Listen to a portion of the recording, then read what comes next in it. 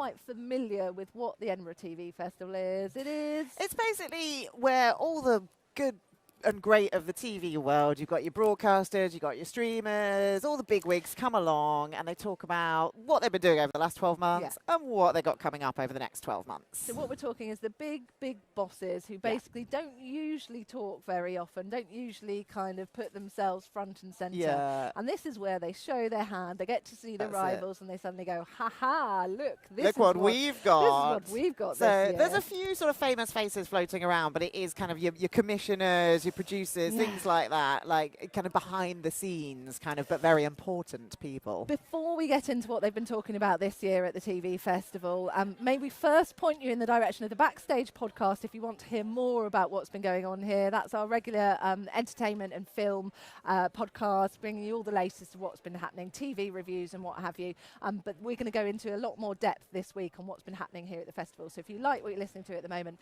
head towards Backstage, look us up however you normally find your podcast, and we can bring you more extended interviews, if you like, and more information on what this is all about. But look, if we're talking about this year's Edinburgh TV Festival, each year, the thing that generally makes headlines is the McTaggart Lecture. It's when a guest speaker is invited to give a keynote speech on the state of the industry. This year, the person that was invited was documentary filmmaker Louis Theroux. Yep. What do we think of the impact that he made? It's an interesting one because we often see these McTaggart lectures kind of making news, making headlines. Last year you had Emily Maitlis talking about the BBC's coverage of Brexit. We've had in the past Michaela Cole talking about the way she's been treated, and also writer Jack Thorne really cut through with the one that he gave a few years ago, which was about discrimination for people with disabilities within the TV industry. So the ones that really tend to make an impact are the ones that are really saying something. Yeah. And the one thing that I would say is I don't think many people are talking about Louis Theroux's keynote speech today, because ironically it was about playing it safe, wasn't it? And he played it a bit safe. It was called, it was titled The Risk of Not Taking Risks, but he didn't really take a risk. He talked about how it's tricky at the moment for broadcasters to kind of perhaps take risks. Maybe people are playing it too safe, the way that stories are covered, the way that news is being made. Obviously talked about his own career as a journalist, but we feel like he didn't really say anything that's not been said before. No diss on Louis, he was very entertaining, very funny. It went down very well in the room, but was it the most exciting McTaggart? I question whether perhaps they went for more of a kind of celebrity name rather than someone that was actually saying something. I mean, you might assume Louis Theroux, though, documentary maker, he thinks about some really interesting subjects through his shows, doesn't he? But it just felt like it was a very generic speech that he gave. Yeah. Hey, we don't want to be Donny Downers. No, on the Edinburgh there's TV loads of Festival. other great stuff going on. Loads of great stuff. Should we do the things that have been making headlines, the exclusives that most of the streamers and the broadcasters have revealed?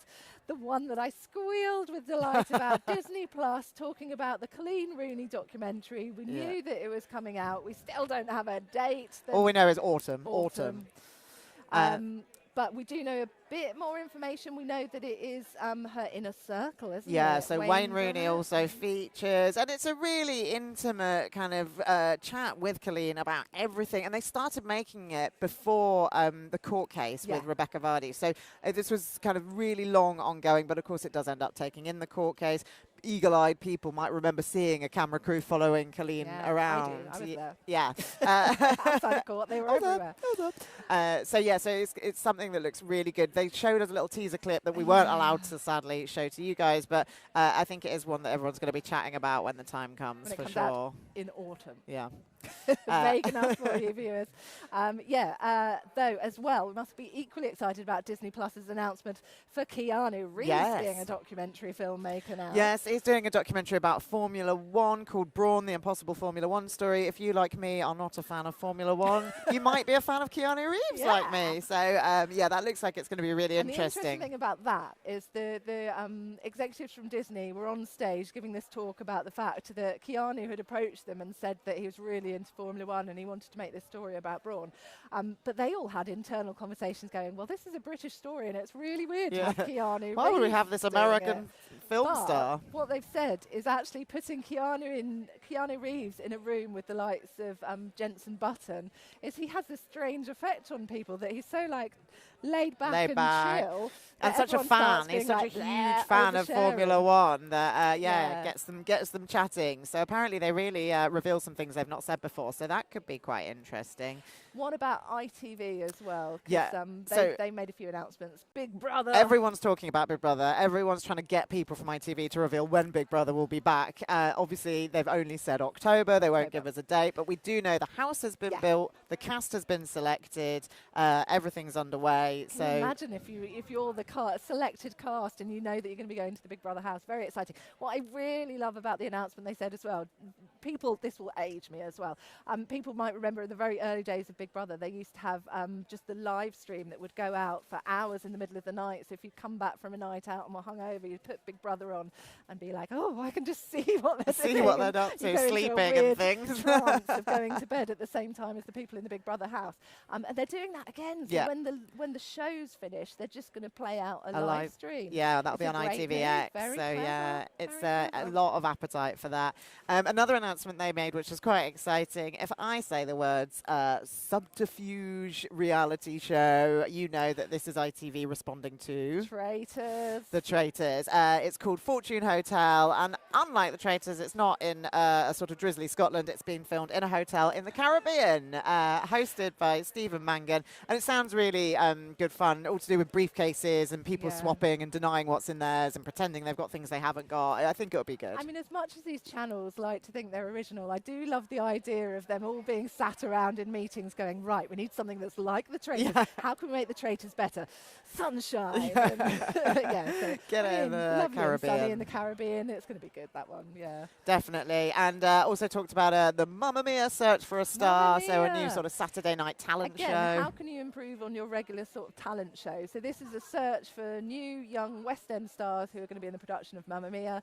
But they've taken the talent search to Greece, so they're all running and dancing around. And All the locations you'll recognise from the movies. Yeah, so it looks very good. Hosted by Zoe Ball. Again, I think that's not coming out till next year. We don't. No, I think it's this autumn. Autumn. It's all autumn. Autumn. Vague. And let's talk about some Sky stuff. So they talked about the success of some of their original scripted dramas of the last year. So you had Funny Woman with Gemma Arterton. That's coming back for a second series. The Lazarus Project with Papa Esidu. That's coming back for a second series. But the one that they were really most excited about is a new period drama, Mary and George, which is Julianne Moore's first sort of foray into TV. She plays Mary.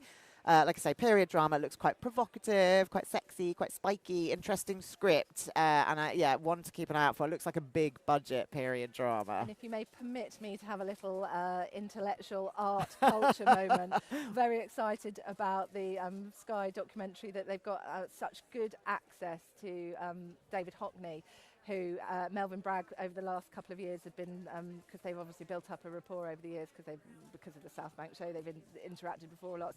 David Hockney very rarely does interviews these days because he's quite deaf. But he's allowed Melvin Bragg to interview him on a number of occasions. And so it's a 4-part documentary, and I just think that's going to be a terrific insight into how he is now and how he's working. But also we got a great bit of gossip into the premiere that they had at one of the screenings, and the fact that David Hockney infamously smokes a lot, likes to smoke. So can you imagine being in the position where David Hockney has to now have an official bucket carrier with sand following him around, so he's got a place to officially leave his cigarettes. So, I mean, absolutely. You know you've made it, don't you, if you've got your own personal bucket. So that's just a few of the incredible, exciting announcements that we've got coming up in the world of TV in the next sort of 12 months.